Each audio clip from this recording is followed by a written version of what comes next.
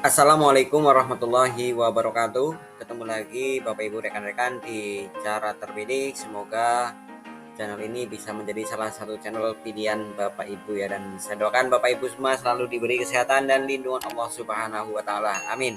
Baiklah Bapak Ibu, kita akan lanjutkan sharing kita terkait latihan soal untuk soal CAT seleksi PPK dan PPS ya, panitia pemungutan pemilihan kecamatan dan panitia pemungutan suara pada pemilu yang akan datang ya. Kita akan lanjutkan, kali ini kita sampai bagian ke 9 ya.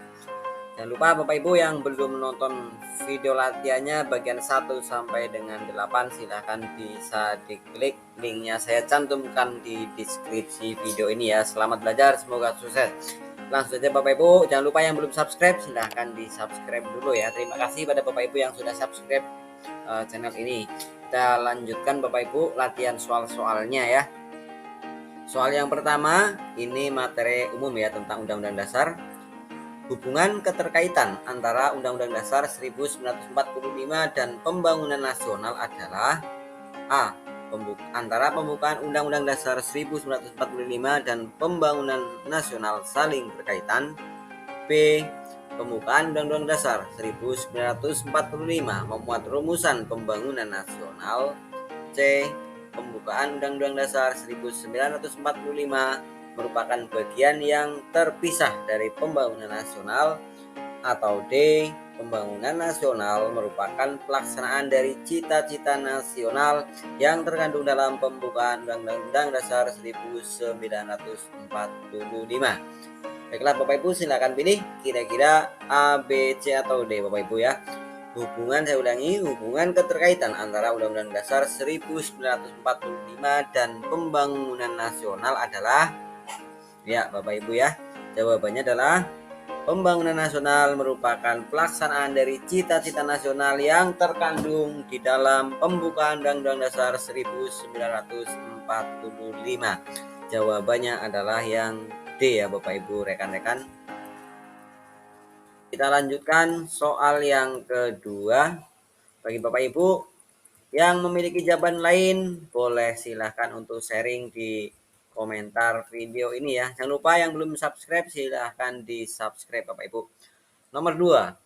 Masa tenang sebelum hari pemungutan suara berlangsung selama A. 1 hari, B. 3 hari, C. 5 hari, atau D. 7 hari. Masa tenang sebelum hari pemungutan suara berlangsung selama 3 hari ya Bapak Ibu sekalian. Maaf.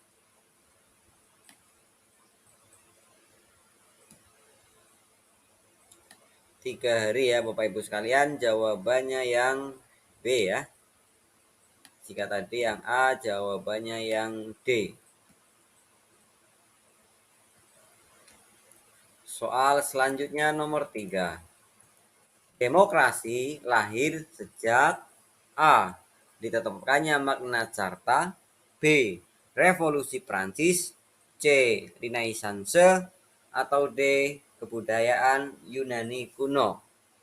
Nomor 3. Demokrasi lahir sejak Revolusi Prancis ya Bapak Ibu sekalian. Jawabannya yang B ya. Oke, kita lanjutkan. Sesuai ketentuan Undang-Undang Dasar, Presiden dan Wakil Presiden terpilih dilantik oleh A. KPU RI, B. DPR, C. MPR, atau D. MA. Sesuai ketentuan Undang-Undang Dasar, Presiden dan Wakil Presiden terpilih dilantik oleh, ya jawabannya dilantik oleh MPR ya Bapak Ibu sekalian. MPR yang C ya Bapak Ibu. Soal nomor 5. Nah ini, pemilu legislatif di Indonesia pertama kali dilakukan pada tahun 1950, B 1955, C 1965, atau D 1971. Saya ulangi, pemilu legislatif di Indonesia pertama kali dilakukan pada tahun tahun berapa Bapak Ibu untuk pemilu legislatif pertama kali Bapak Ibu ya? Iya, jawabannya yang 1955. Yang B ya Bapak Ibu. Kita lanjutkan, dan jika pada Bapak Ibu yang memiliki jawaban lain, silahkan bisa di-share di kolom komentar ya. Dan bagi yang belum subscribe, minta tolong untuk di-subscribe ya Bapak Ibu. Terima kasih bagi Bapak Ibu yang sudah menonton video ini dan sudah subscribe ya. Selanjutnya, nomor 6. Sejak Indonesia merdeka, pemilu legislatif di Indonesia sudah diselenggarakan sebanyak A. 8 kali, B. 10 kali, C. 11 kali, atau D. 12 kali. Sejak Indonesia merdeka, pemilu legislatif di Indonesia sudah diselenggarakan sebanyak berapa Bapak Ibu? Ya betul, tadi kalau di atas tahun awal ya. Ini berapa kali sampai sekarang? Ya jawabannya adalah yang D Bapak Ibu ya. Pemilu sampai 2019 sudah 12 kali. Kita lanjutkan nomor 7. Konsep wawasan Nusantara dalam kehidupan bangsa Indonesia sangat berguna untuk A. Memperkokoh rasa persatuan dan kesatuan politik, ekonomi, sosial, budaya, pertahanan, dan keamanan. B. Menyatukan keanekaragaman yang terdapat pada bangsa kita. C. Menjamin tetap tegaknya negara kesatuan Republik Indonesia. Atau D. Menciptakan kesadaran bela negara bagi warga negara. Konsep wawasan Nusantara Bapak Ibu, ya betul, adalah untuk memperkokoh rasa persatuan dan kesatuan. Poleksos Budhankam ya Bapak Ibu, politik, ekonomi, sosial, budaya, pertahanan, keamanan. Jawabannya yang A. Nomor 8 Bapak Ibu, sangat mudah sekali. Jumlah anggota KPPS di setiap TPS adalah 3 orang, 5 orang, 7 orang, atau 9 orang. Jumlah anggota KPPS di setiap TPS adalah 7 orang ya Bapak Ibu. Jawabannya yang C Bapak Ibu. Selanjutnya soal nomor 9. Pengertian hak asasi manusia yang terkandung dalam pembukaan Undang-Undang Dasar 1945 alinea pertama adalah A. Hak menikmati kehidupan sebagai bangsa yang merdeka. B. Bebas dari kebodohan, kemiskinan, dan kemelaratan. C. Kemerdekaan untuk turut serta dalam menciptakan ketertiban dunia. D. Kebebasan untuk memeluk agama dan beribadah. Yang mana jawabannya Bapak Ibu? Pengertian hak asasi manusia yang terkandung dalam pembukaan UUD 45. Iya, jawabannya adalah hak menikmati kehidupan sebagai bangsa yang merdeka. Jawabannya yang A ya Bapak Ibu. Jika ada punya pendapat lain, silahkan bisa di-share di kolom komentar. Dan sekali lagi, apabila ada yang belum subscribe channel ini, silahkan di-subscribe dulu Bapak Ibu ya. Terima kasih. Selanjutnya, pembuatan tempat pemungutan suara atau TPS untuk pemilu paling lambat harus selesai pada A. 3 hari sebelum hari pemungutan suara. B. 2 hari sebelum hari pemungutan suara. C. 1 hari sebelum hari pemungutan suara. Atau D.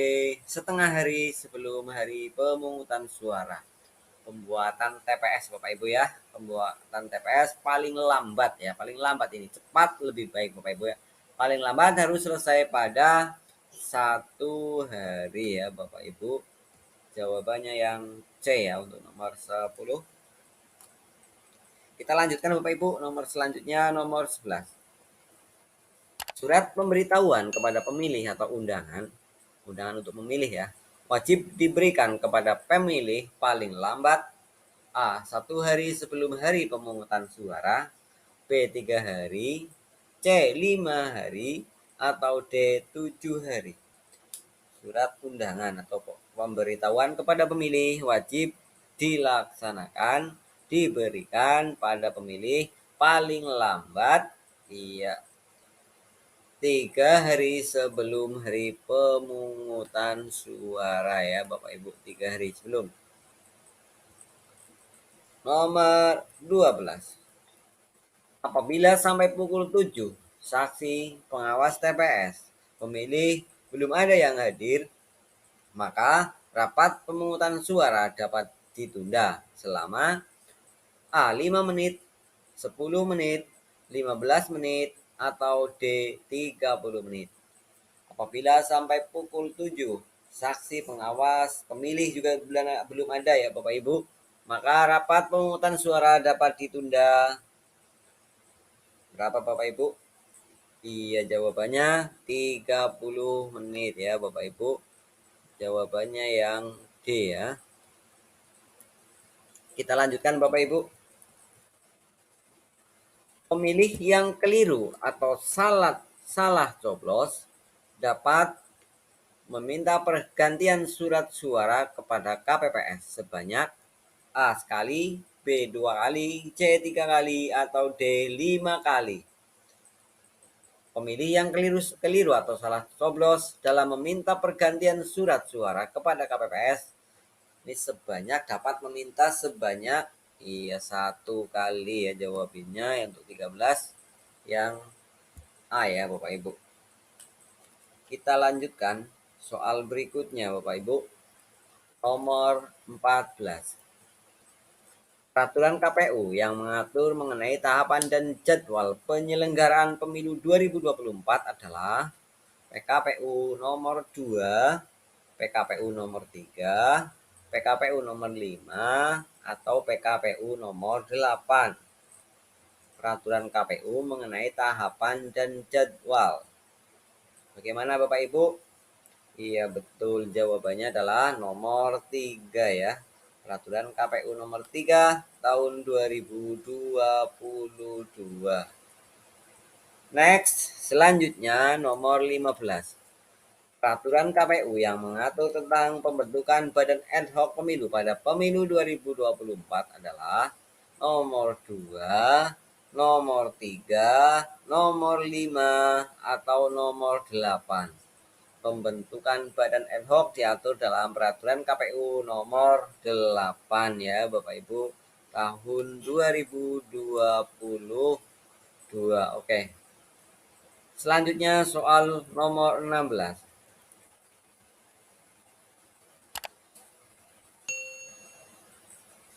Tahapan penyelenggaraan pemilu berdasarkan Undang-Undang Nomor 7 Tahun 2017 adalah tahapan Bapak Ibu ya. Ini ada berapa?